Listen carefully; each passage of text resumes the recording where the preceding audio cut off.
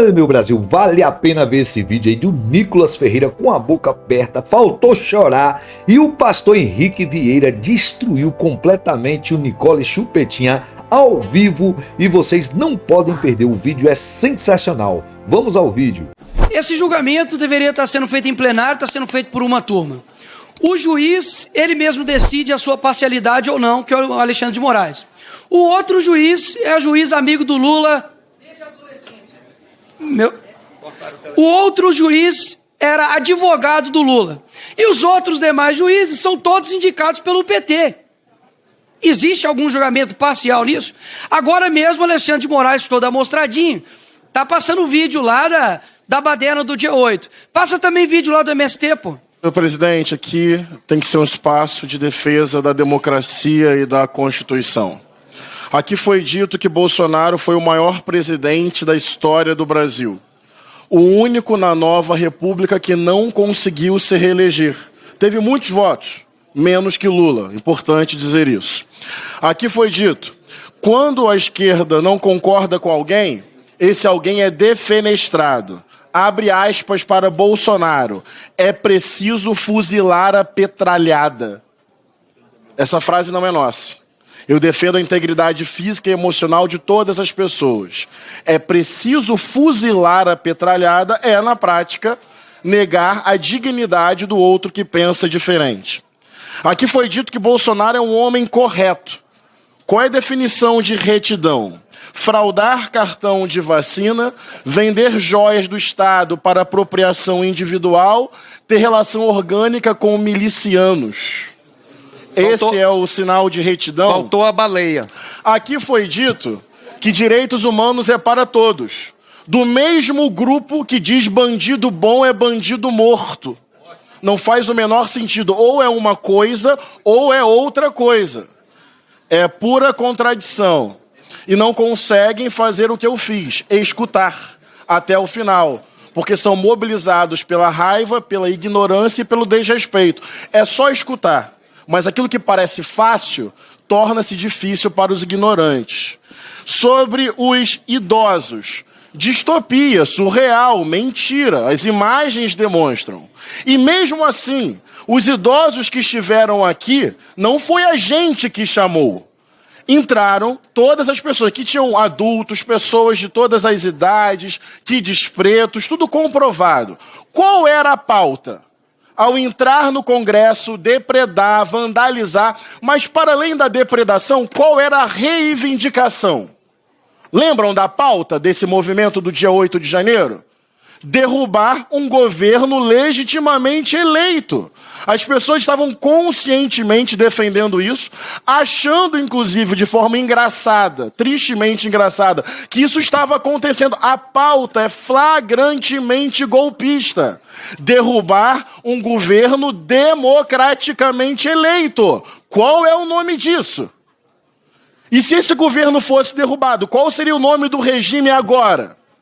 Bolsonaro é a pessoa que historicamente defende o regime de exceção, de tortura, de 64 a 85. É amante e filhote da ditadura, que tem o seu direito de defesa garantido, o princípio do contraditório, mas tudo aponta, trama golpista e tem que ser preso. Eu pretendia, senhor presidente, apenas me apresentar como coordenadora da minha bancada nesta comissão. Mas é impossível, depois do caminho que a comissão tomou nesses pronunciamentos, não deixar de colocar e fazer algumas observações, deputado Patrus Ananias.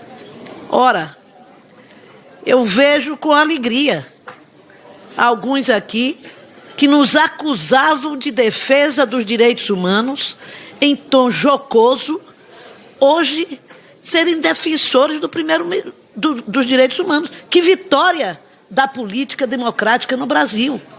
Que vitória.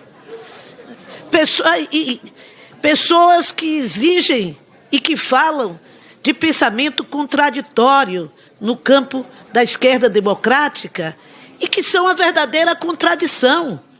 Porque estão cobrando justiça e dizendo que é preciso fazer justiça, tudo entre aspas, àquele que defendeu e que durante o impeachment da presidente Dilma nesta casa, criado por um golpe de articulação midiática envolvendo o Tribunal de Contas da União e que tinha como referência, como slogan, vai ser caçada pelo conjunto da obra.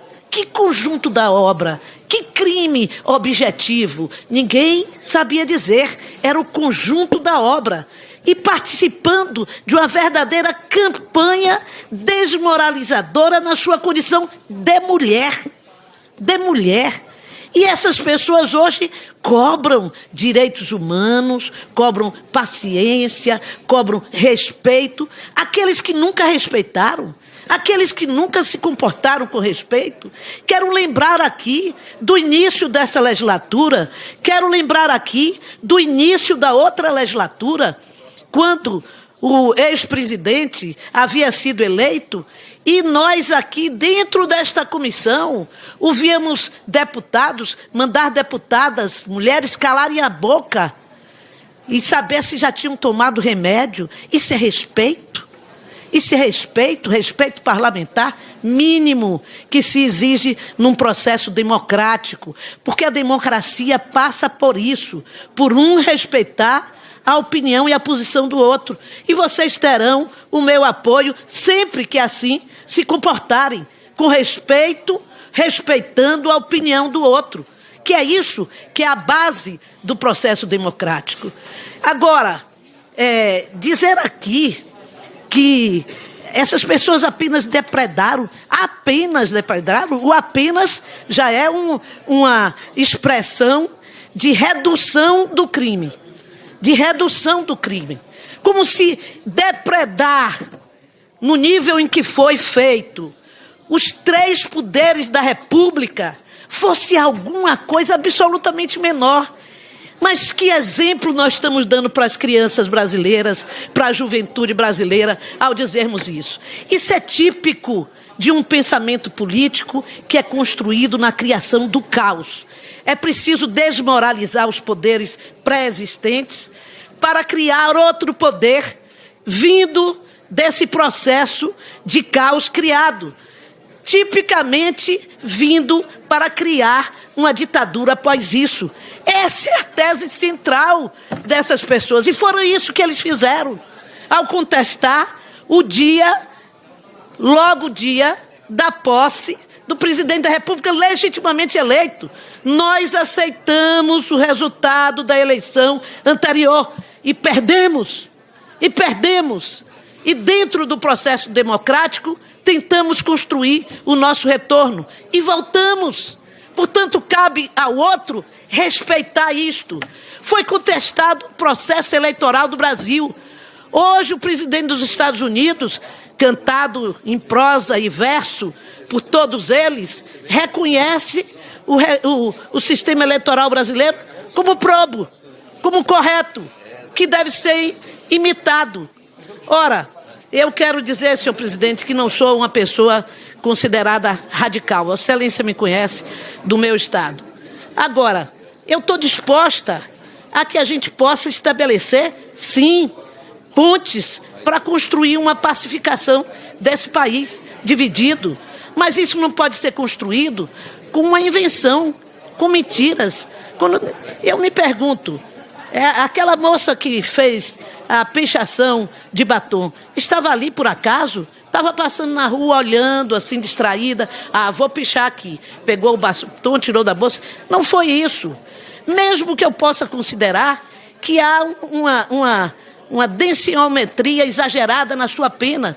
Mas não é verdade dizer isso.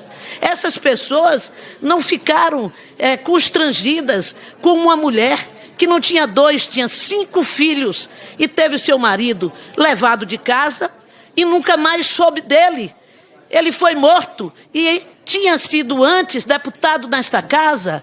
E há um filme que passou neste país nesse momento, ainda estou aqui, que levou milhares e milhares de brasileiros para assisti-lo. E quem contestou o filme? Justamente o deputado que se encontra nos Estados Unidos hoje, que disse que aquilo era mentira, que no Brasil nunca teve ditadura militar. Quer dizer, é a construção de uma realidade paralela para justificar, unicamente para justificar suas ações. Isso é bárbaro, não é da democracia, isso é da barbárie. Então, nós queremos discutir tudo que se coloque como assunto necessário. Alguns dizerem aqui que estão fazendo o que o povo brasileiro está pedindo é mentira. O povo brasileiro não está pedindo nada disso, o povo brasileiro está pedindo resolução dos seus problemas. E os seus problemas são outros. Este é um problema que diz respeito à política e aos políticos. Dizer que aquelas pessoas que estavam há mais de 15 dias nas portas dos quartéis, querendo o retorno de um regime militar, diz explicitamente. O presidente, por vezes, defendeu isso. Os militares não vão permitir isso. Quer dizer, buscando uma intervenção da mesma forma que fazem agora, que um senador, na maior desfaçatez, fez dentro do Senado Federal.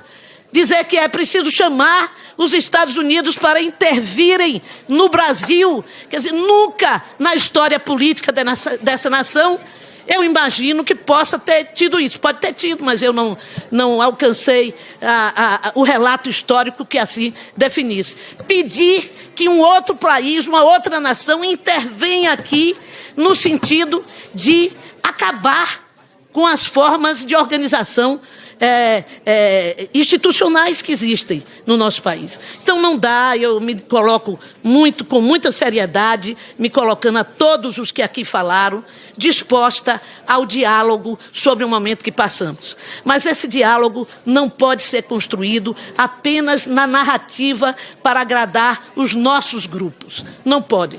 Não pode ser construído assim. Ele tem que ser construído um reconhecimento de que houve crime. Ele tem que ser reconstruído no reconhecimento de que é necessário punir os que sustentaram financeiramente essas ações, os que organizaram essas ações, porque houve organização. As pessoas não saíram à rua procurando o que fazer, dançando carnaval e resolveram invadir justamente a Câmara, o Senado, o Supremo Tribunal. Não é verdade isso. Então vamos tratar das coisas com respeito devido, reconhecendo os erros, e aí nós podemos estabelecer o caminho para a construção de alguma saída.